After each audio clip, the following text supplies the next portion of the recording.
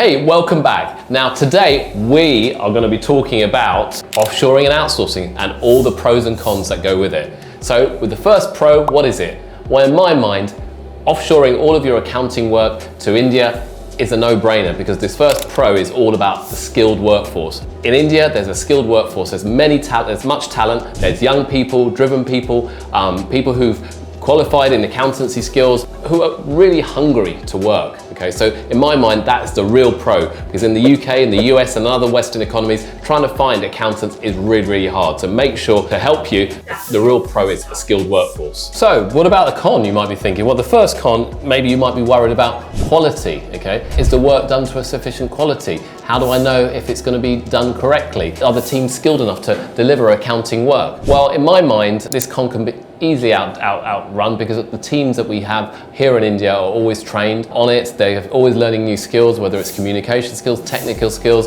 or qualifications. So I think we've eliminated that con.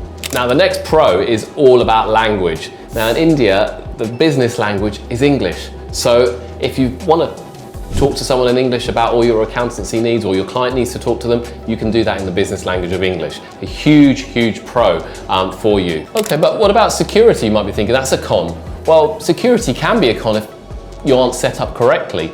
Therefore, when we work with clients, first we make sure their IT infrastructure is always done properly, okay? It's always compliant with the relevant jurisdiction. And then secondly, we have policies in place in India, in host countries, to make sure that ultimately security is airtight, so the risk of losing data or problems with your data is really, really minimized. Another big pro all about offshoring is that it will free you up running your firm, okay? It will free you up. Therefore, if you can hand out the compliance work, that will then enable you to grow your business, to focus on growing the added value stuff. Maybe say you want to offer finance director or CFO service, all of these other things you want to add and offer, you'll be able to do that because a lot of the compliance work has been handed over to your offshore team. Okay, well, another con, you might be thinking, well, I know these people in India, they speak English, but sometimes I can't understand them.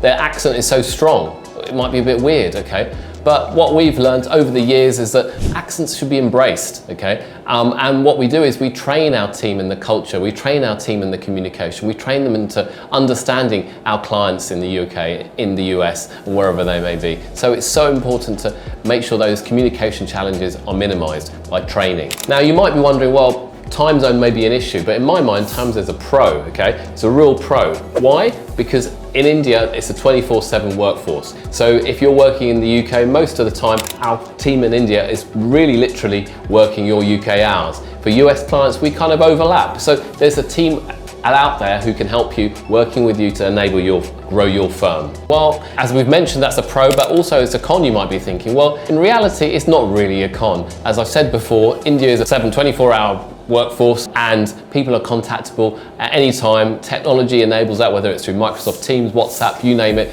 people can contact each other easily. So time zone is really not an issue. Finally, not the biggest pro, but another pro is the cost saving that you can have. You can save significant amounts of money by using an offshore team. Why is it cheaper? You might be wondering, well, the cost of living is a lot lower in places like India. So this enables you to hire great talent, affordable prices, which will allow you to grow your business. And then finally, the last con, you might be thinking, well, culturally, they're very different to me, okay? They live in a foreign land, they speak differently, they have different foods, I don't understand them, okay? Well, again, in my mind, that's not really a con. It's an opportunity to embrace new cultures. It's an opportunity to learn from other people.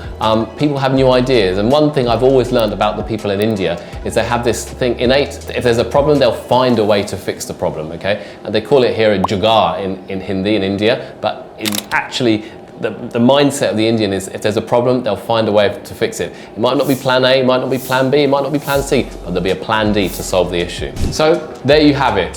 5 pros and cons for offshoring and outsourcing. In my mind, there aren't really that many cons. The real advantages are all the pros. And if you're ready to offshore and outsource, get in touch. Thank you. See you later. Thank you very much. Hope you found those pros and cons useful.